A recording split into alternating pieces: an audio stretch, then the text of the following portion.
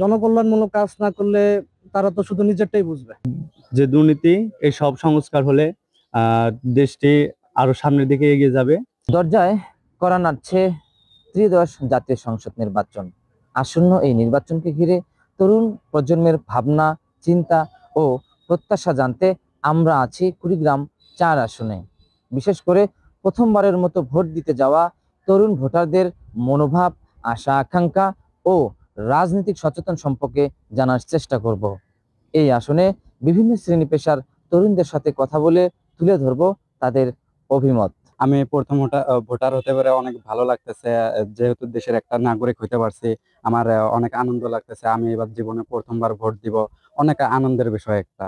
যে নেতা হবেন অবশ্যই প্রথমত তাদেরকে শিক্ষাগত যোগ্যতার অধিকারী হতে হবে, এটা ফার্স্ট। কারণ শিক্ষাগত যোগ্যতা না থাকলে কেউ এমপি পদে আসীন হয়ে ভালো কিছু করতে পারবে না। সেকেন্ড হচ্ছে তাদের অবশ্যই আমাদের রোমারের যে প্রধান সমস্যা মাদক, মাদক থেকে তাদের অবশ্যই দূরে থাকতে হবে এবং মাদক নির্মূলে কাজ করতে হবে। থার্ড হচ্ছে তাদের জনকল্যাণমূলক কাজ করতে হবে। জনকল্যাণমূলক কাজ না করলে তারা তো শুধু নিজেরটাই বুঝবে।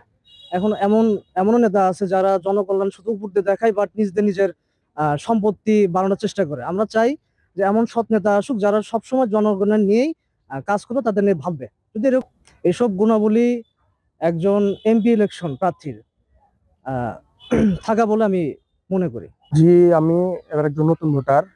আমার নাম শাওন, মাহবুবুর রশিদ শাওন। আপনি যে বললেন এবারের নির্বাচনটা কি সুষ্ঠু হবে কিনা, আশা করা যায় যে যিনি অন্তর্বর্তীকালীন সরকার আছে, ডক্টর ইউনূস, তিনি এবার এবার একটি সুষ্ঠু নির্বাচন আমাদেরকে উপহার দিবেন। আর আমরা দেখেছি যে গত 24 সালে 5ই আগস্টে ছাত্র জনতার মাধ্যমে ফ্যাসিস্ট সরকার শেখ হাসিনা পতন হয়েছে। সেই হিসেবে এবার আশা করা যায় যে একটি সুষ্ঠু নির্বাচন হবে, এটা আমাদের সকলের প্রত্যাশা। কারণ ডক্টর ইউনূস চাইলে একটি সুষ্ঠু নির্বাচন দিতে পারে, আমাদেরকে উপহার দিতে পারে। আমার নাম মোহাম্মদ নাসিরউদ্দিন। আমি একজন তরুণ ভোটার। আমি চাই আমাদের এই অঞ্চলের যে নির্বাচিত এমপি হবে তার কাছ থেকে আমার একটাই প্রত্যাশা, একটা না অনেকগুলোর প্রত্যাশা, যাতে এই অঞ্চলের যোগাযোগ ব্যবস্থা, রাস্তাঘাট, চিকিৎসা, নদী ভাঙ্গন, তারপরে শিক্ষা, এগুলোর উন্নতি হয়। আর সরকারের বরাদ্দকৃত অর্থগুলো আমি চাই যেন উনি এই অঞ্চলের গরিব দুঃখী মানুষের মাঝে বন্টন করে দেয়, এবং গরিব দুঃখী মানুষের যেন কোনো হয়রানি না হয়। তারপরে কিছু তরুণ, উঠতি বয়সী তরুণ মাদকাসক্তে আসক্ত হচ্ছে, তাদেরকে দূরে রাখা যায়। এবং সব মিলে আমি চাই আমাদের রৌমারী, রাজীবপুর, চিলমারী আরো উন্নত হোক এবং যোগাযোগ ব্যবস্থা ভালো হোক। আর আমাদের একটা সমস্যা আছে চিরকাল, সেটি হলো নদী ভাঙ্গন। এই নদী ভাঙ্গন যেন রোধ করে, এটাই প্রত্যাশা। আমি মাসুদ রানা, আমি একজন নতুন ভোটার। আমি নতুন সরকারের কাছে আবেদন রাখবো যাতে একক দেশের সাথে সম্পর্ক না রেখে সকল দেশের সাথে সম্পর্ক রাখে। তাতে আমাদের দেশটা উন্নয়ন দিকে এগিয়ে যাবে, কূটনীতি বজায় থাকবে এবং উন্নয়নটা এগিয়ে যাবে। আমি মোহাম্মদ সোহেল রানা, আমি এবার নতুন ভোটার। আমি চাই বর্তমান দেশের যে আমলাতান্ত্রিক যে জটিলতা, সেটি সংস্কার প্রয়োজন। শিক্ষাক্ষেত্রে, স্বাস্থ্যক্ষেত্রে এবং নির্বাচন খাতে আহ, যে দুর্নীতি, এই সব সংস্কার হলে দেশটি আরো সামনের দিকে এগিয়ে যাবে।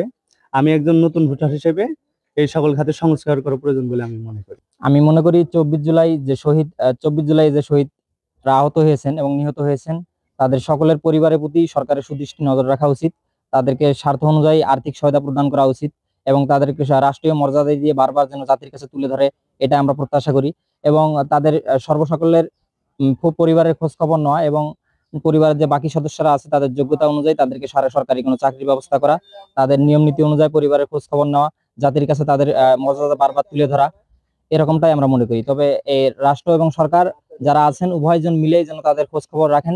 আমরা যেন সাধারণ জনগণ যারা আছি তারা যেন বুঝতে পারি যারা 24 জুলাই আহত হয়েছেন, নিহত হয়েছেন, তাদের মর্যাদাটা বারবার যেন জাতির কাছে তুলে ধরা হয়। আমরা সাধারণ যারা আছি তাদের কাছে এতটুকুই প্রত্যাশা করি। অফকোর্স আমার ভোট আমি দেবো, মানে যাকে ইচ্ছা তাকে দেবো। তবে আমি যোগ্য ব্যক্তিকেই দেবো, মানে বিবেচনা করে আর কি, যে ওর লোকটা ভালো কিনা, তার মানে তার একটু বিবেচনা করে মানে ভোটটা তাকেই দেবো আর কি, যে সে দাঁড়াবে, মানে রাস্তাঘাট, তারপর গরিব দুঃখী মানুষের, জনগণের পাশে সেবা করবে, সেবা করে জনগণের সকল সমস্যাগুলো সমাধান করবে, তাকেই মানে সেই যোগ্য ব্যক্তিটাকে মানে ভোট দেওয়ার চেষ্টা করবো আমি। আমি মোহাম্মদ মাসুদ রানা, এবার নতুন ভোটার। পড়াশোনা ডিগ্রি ফার্স্ট ইয়ারের ছাত্র আমি। এখন পড়াশোনার পাশাপাশি বিজনেস করতেছি গার্মেন্টসের। আমরা বিগত সরকার দেখে এসেছি, 17 বছরে যে সরকারের শাসনামল আমরা দেখছি, কিন্তু আমরা দেখলাম পাঁচই জুলাইয়ে যে দাবিগুলো দেওয়া হয়েছিল সব দাবির মাধ্যমে আবার 5ই আগস্টেই যখন সরকার পতনের পর আমরা প্রধান উপদেষ্টা হিসাবে ডক্টর ইউনূসকে সিলেক্ট করি এবং তিনি আসে এবং দেশের যেগুলো আমরা দুর্নীতি বা যেগুলো দেখেছি, দেখার পরে ডক্টর ইউনূস উপদেষ্টা হিসেবে এসে এখন দেশের পরিস্থিতি স্বাভাবিক আছে। ডক্টর ইউনূসের যে কাজটা, ব্যাংকে ব্যালেন্স যে ঘাটতিগুলো আমরা দেখেছি, সেই ঘাটতিগুলো এখন পূর্ণ আছে। কিন্তু একটা জিনিসটা আমার খুব ভালো লাগেনি, যেমন প্রশাসনিক যে কাজটা আছে সেই কাজটা আমরা দেখতেছি এখনো যারা দায়িত্ব আছে তারা কিন্তু নিজের ভাবে চলতেছে। একটা যে সরকারের উপদেষ্টা হিসেবে যার দায়িত্ব, আইন শৃঙ্খলার বাহিনীকে একটু কঠিন ভাবে সাহায্য করার জন্য অনুরোধ জানাচ্ছি আমি। আমি যদি ইলেকশনে এমপি হয়ে যাই তাহলে অনেক উন্নয়নমূলক কাজ করব। যেমন এলাকায় অনেক হতদরিদ্র মানুষেরা আছে, গ্রামে অনেক হতদরিদ্র, তারা এখন পর্যন্ত সরকারের উন্নয়নমূলক কোনো কাজে তাদের এখনো সাড়া হয়নি। তাদের মাঠ পর্যায়ে আমি যাব এবং তাদের যে খোঁজ খবর নিব, তারা কিভাবে আছে না আছে, এবং সরকারের যেগুলো বরাদ্দ আসে তাদের মাধ্যমে আমি তাদেরকে বোঝাই দিব। এটাই সর্বপ্রথম আমার কাজ হচ্ছে, আমি যে একজন জনপ্রতিনিধি হয়ে আমি জনগণের সেবা করব। দর্শক, এতক্ষণ শুনছিলেন রৌমারী, রাজীবপুর ও চিলমারী নিয়ে গঠিত কুড়িগ্রাম 4 আসনের তরুণ ভোটারদের ভাবনা। তাদের এই মূল্যায়ন রাষ্ট্র গঠনে সহায়ক হবে এই প্রত্যাশায় মাসুদ পারভেজ, এনটিভি অনলাইন, কুড়িগ্রাম।